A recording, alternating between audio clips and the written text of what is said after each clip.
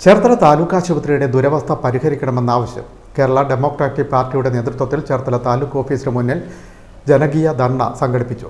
KPCC secretary advocate S Sarath ഉദ്ഘാടനം ചെയ്തു. ദേശീയ അംഗീകാരം നേടി മികച്ച നിലയിൽ പ്രവർത്തിച്ചിരുന്ന ചേർത്തല താലൂക്ക് ആശുപത്രി ഇന്ന് റഫറൻസ് ആശുപത്രിയായി മാറിയിരിക്കുന്നുവെന്ന് KDP ആരോപിക്കുന്നു.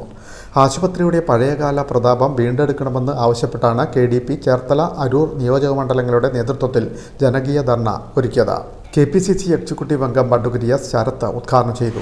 ഈ നാട്ടിലെ സാധാരണക്കാരായ രോഗികൾക്ക് അത്താണിയായിരുന്ന ഒരു താലൂക്ക് ആശുപത്രി UDF-ന്റെ ഭരണകാലഘട്ടത്തിൽ ദേശീയ അംഗീകാരം ലഭിച്ച ഒരു താലൂക്ക് ആശുപത്രി. അത് VS ശിവകുമാറാണ് ആരോഗ്യവകുപ്പ് മന്ത്രി.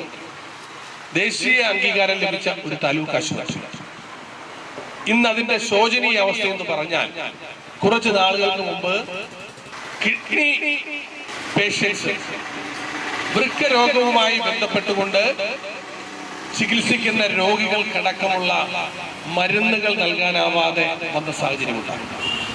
പാരസെറ്റാമോളിൽ മാത്രമെല്ലാം ഒതുക്കുന്ന തലത്തിലേക്ക് മരുന്നുകൾ നൽകുന്ന സാഹചര്യം ഈ താലൂക്ക് ആശുപത്രിയിൽ ഉണ്ടായപ്പോൾ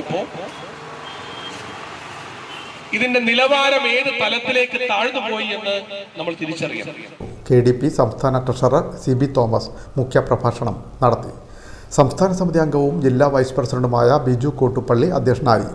KDYF സംസ്ഥാന vice president Abdul Kalam PN, നേതാക്കളായ advocate Muhammad Sharif, Samsu Bhaskara Thandar, Appachan Vadasserikkara, Sarji Joseph Pallippuram, Aidamma Kunnummel, Shibin Shaji, Shiji Sunilkumar, PM Yusuf തുടങ്ങിയവർ സംസാരിച്ചു. സംസ്ഥാന കമ്മിറ്റി അംഗം ജിതിൻ വാളമ്മക്കാടൻ സ്വാഗതവും നിയോജകമണ്ഡലം പ്രസിഡന്റ് അജേഷ് രാജേന്ദ്രൻ നന്ദിയും പറഞ്ഞു. Time news, Cherthala.